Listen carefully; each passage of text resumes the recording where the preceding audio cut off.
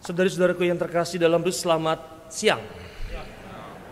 Saya akan membawakan dalam 2 poin besar.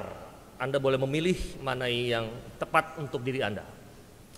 Yang pertama, kadang-kadang saya merasa bahwa mendengarkan itu lebih melelahkan daripada berbicara. Berbicara sudah sering dikaitkan zaman sekarang itu sebagai sebuah ekspresi atau sebuah dominasi. Orang yang tanda kutip banyak bicara biasanya mau menunjukkan kuasanya atau otoritasnya. Maka tidak heran Anda ketika konflik di jalan, tabrakan, segala macam, maka orang berburu-buru untuk berbicara duluan. Bahkan ngegas sebagai petunjukan bahwa aku punya kuasa untuk mengalahkan itu. Itu berbicara. Oleh karena itu, bisa dikatakan bahwa berbicara adalah sesuatu yang sebetulnya dinikmati atau disenangi oleh sebagian orang.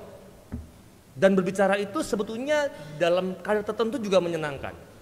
Maka tidak heran Anda zaman itu, zaman sekarang atau zaman dulu, ketika berpacaran bisa bertelepon dengan pasangan itu berjam-jam tanpa merasa letih atau merasa lelah. Betul? Enggak. Masih pakai surat kabar ya dulu ya. Jadi berjam-jam itu orang senang untuk menelpon. Ada orang yang mampu memberi ceramah sepanjang hari sehingga dapat dikatakan sebagai memecahkan rekor. Lalu apakah orang masih mendengarkan dia yang berbicara lama, panjang itu soal yang lain. Di kafe-kafe bahkan di Cirebon orang berbicara riuh rendah. Padahal musik pun hingar-bingar. Dan seakan-akan energi itu tidak ada habis-habisnya orang untuk berbagi cerita atau berbicara. Bahkan sebaliknya kalau mendengarkan, biasanya orang akan cepat melelahkan. Ditambah lagi bila mendengarkan hal-hal yang sifatnya negatif, seperti keluhan, seperti kemarahan, atau kata-kata buruk, atau sesuatu yang membuang energi kita. Beberapa orang yang tidak tahan mendengarkan bisa tiba-tiba menutup panggilan seseorang. Bahkan yang lebih ekstrim membanting handphone atau ganggang telepon. Seseorang yang sering diteriaki atau dimarahi cenderung untuk menutup telinganya dan pergi. Dan beberapa orang merasa terganggu dengan keramaian di tempat umum dan memilih memasang earphone di telinganya. Kalau saya lebih memilih tidak berkumpul di hingar-bingar, karena bagi saya tidak menyenangkan untuk mendengarkan suara yang begitu ekstrim. Terlalu banyak hal yang membanjiri telinga kita dalam kehidupan kita, sehingga semakin sulit kita mendengarkan, atau tepatnya dalam pembaruan kita, semakin sulit kita untuk membedakan suara Tuhan di tengah-tengah semua itu. Lagi pula, kecenderungan kita berbicara daripada mendengarkan itu juga mempunyai akibat. Berakibat sabda Tuhan itu kurang dianggap penting dalam kehidupan sehari-hari. Dalam kehidupan kita sehari-hari, bahkan dalam Injil Matius hari ini, kekaguman dipertemukan dengan yang namanya ketakutan. Terang dipertemukan dengan yang namanya awan. Kemuliaan dipertemukan dengan yang namanya salib. Kata-kata dipertemukan dengan yang namanya pendengaran. Maka para murid ketika melihat peristiwa transfigurasi berubah rupa seperti cahaya yang bersinar, Yesus di gunung yang tinggi. Bagi Injil Matius, peristiwa penting itu selalu terjadi di gunung. Karena menggambarkan pewahyuan Allah yang luar biasa mengatasi yang namanya kemanusiaan.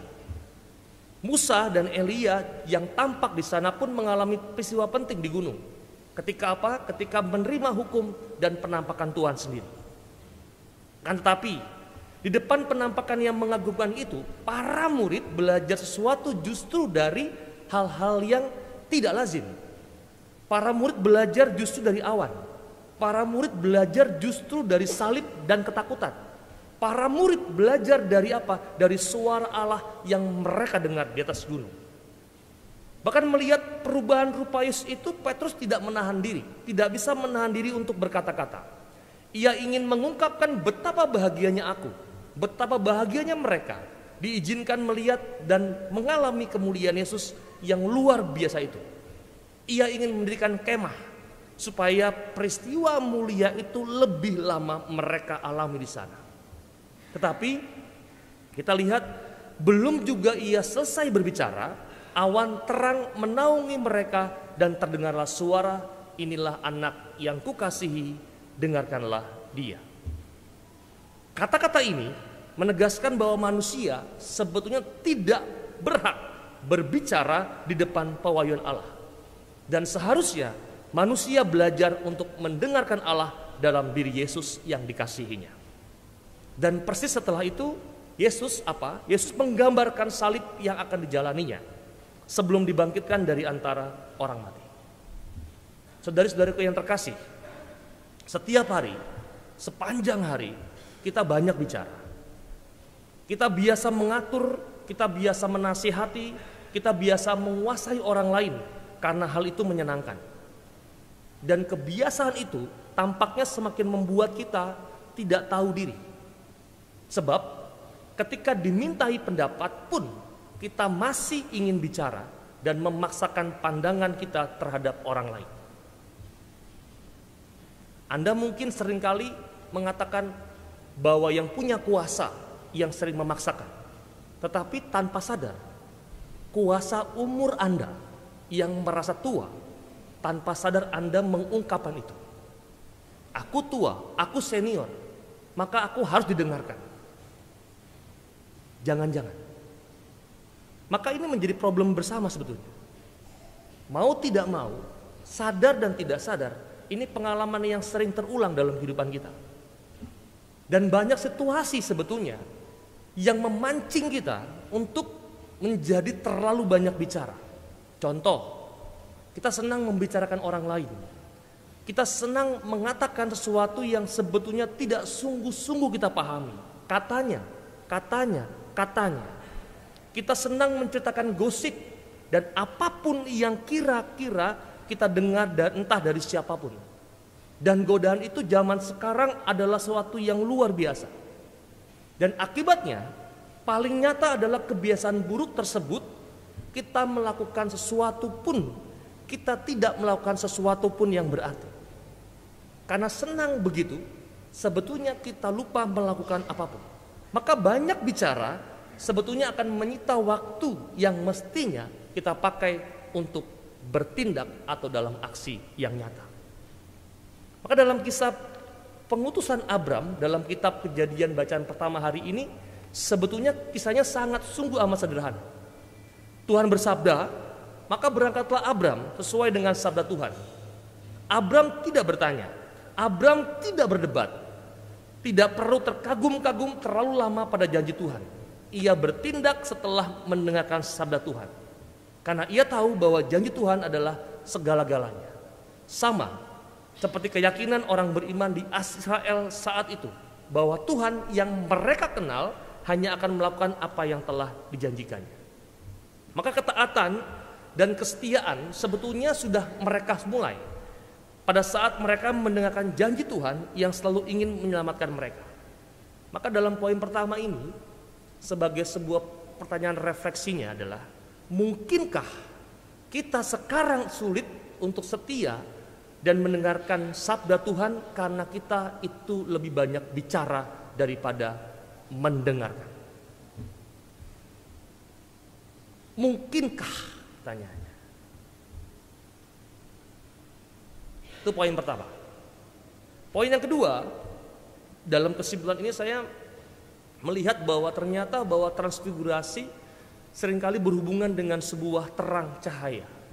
Maka ada sebuah istilah Latin mengatakan Deus illuminatio mea, yang artinya Tuhan adalah cahaya hidupku. Ini sebetulnya moto dari kampus Oxford yang juga menjadi salah satu pesan Injil hari ini ketika Yesus itu bersinar. Maka Yesus juga mengajak kita untuk menjadi cahaya. Maka kalau otak-atik kata cahaya, cahaya bisa kita singkat sebagai cari Tuhan, hadapi cobaan, dan yakini iman. Cahaya, cari Tuhan, hanya hadapi cobaan, ianya yakini iman. Maka ada 3 sikap dasar yang sebetulnya harus dikembangkan, harus diupayakan supaya kita bisa menjadi cahaya dalam dunia sekarang ini. Yang pertama, sikap dasarnya adalah berdoa. Yesus mengajak Petrus, Yakobus, dan Yohanes untuk naik dan menyepi di Gunung Tabor. Artinya saya mengatakan bahwa ada banyak tafsir yang mengatakan hari ini transfigurasi itu berasal atau diadakan di Gunung Tabor. Walaupun dalam Injil Matius hari ini tidak dikatakan secara eksplisit. Gunung Tabor. Ia mengajak kita untuk berdoa dengan hening dan meneng. Tidak larut dalam kesibukan harian, tapi kita mau diajak mengambil jarak untuk mendekat pada yang ilahi. Sikap yang pertama. Sikap yang kedua yang harus dikembangkan adalah bersyukur. Di puncak Tabor sekarang, kalau Anda punya kesempatan nanti pergi ke sana, ada 3 bangunan menyatu padu, yakni 1 gereja besar untuk Yesus dan 2 kapel kecil untuk Musa dan juga Elia. Musa kita tahu adalah pemimpin Israel terbesar yang membawa Israel menuju tanah terjanji, serta menurunkan hukum Taurat dari Gunung Sinai. Sedangkan Elia adalah nabi terbesar, nabi Israel terbesar yang banyak membuat mukjizat dan nubuat ilahi pada zamannya. Sikap yang ketiga adalah berbagi. 3B. B terakhir adalah berbagi. Yesus mengajak Yohanes, Yakobus, dan Petrus untuk turun gunung.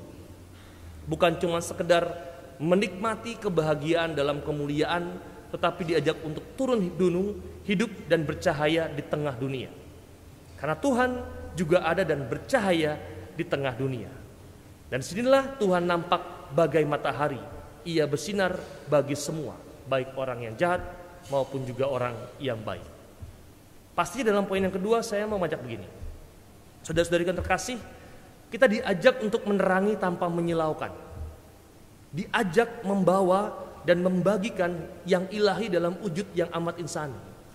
Dan Yesus pun juga membagikan cahaya ilahinya dengan cara yang biasa, dengan doa-doa, dengan ucapan karya yang penuh belas kasih, seperti mengajar kebaikan, menyembuhkan kesakitan, menguatkan kelemahan, dan menyertai setiap orang yang berbeban berat. Dengan kata lain dalam poin yang kedua, ia yang sebetulnya menyilaukan karena yang maha ilahi itu ternyata bisa didekati secara insani, tanpa membuat orang itu merasa takut. Makanya kita diajak membagikan kesaksian dengan cara seperti dia sendiri membawakan keilahian, sehingga kita juga bisa menjadi cahaya yang terus bersinar di tengah dunia dan pergulatan sesama. Ini 2 poin. Maka yang pertama, mungkinkah suara Tuhan tidak terdengar lagi dalam kehidupan kita karena kita banyak berbicara dan sulit mendengarkan? Maka hari ini gestur tubuh Anda pun ketahuan. Orang yang sulit mendengarkan tuh lebih banyak goyang-goyang. Kelihatan banget. Mulai megang handphone, mulai memandang ke atas, kaki digoyang-goyang. Gestur tubuh orang nggak bisa berbohong. Jangan-jangan memang Anda mau di sini. Saya senang loh, nggak berkhotbah. Menggantikan saya untuk berkhotbah saya senang sekali, karena itu sesuatu yang menyenangkan. Mungkinkah itu? Jangan-jangan itu yang terjadi dalam kehidupan kita. Yang kedua, mari kita belajar menjadi cahaya yang tampak dalam situasi sekarang ini. Cahaya, cari Tuhan, hadapi cobaan dengan berani dan juga yakini iman. Dengan 3 pola dasar 3B, berdoa, bersyukur, dan berbagi. Semoga ini menjadi tawaran yang baik untuk Anda dan menjadi refleksi yang baik untuk Anda bercermin, menilai diri, bahkan mempunyai komitmen kembali untuk mengupgrade diri Anda ke depannya lebih baik lagi, sehingga menjadi murid-murid Yesus yang pada akhirnya bukan cuma sekedar berjalan seperti air mengalir, tetapi pribadi yang punya maksud dan makna, tujuan yang baik seperti yang Tuhan tawarkan dalam kehidupan kita.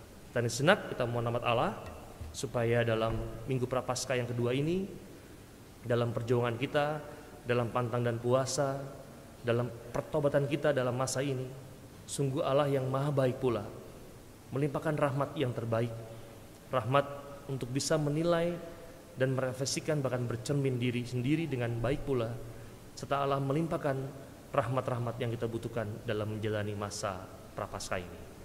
Dan sejenak kita mohon rahmat Allah untuk semua itu.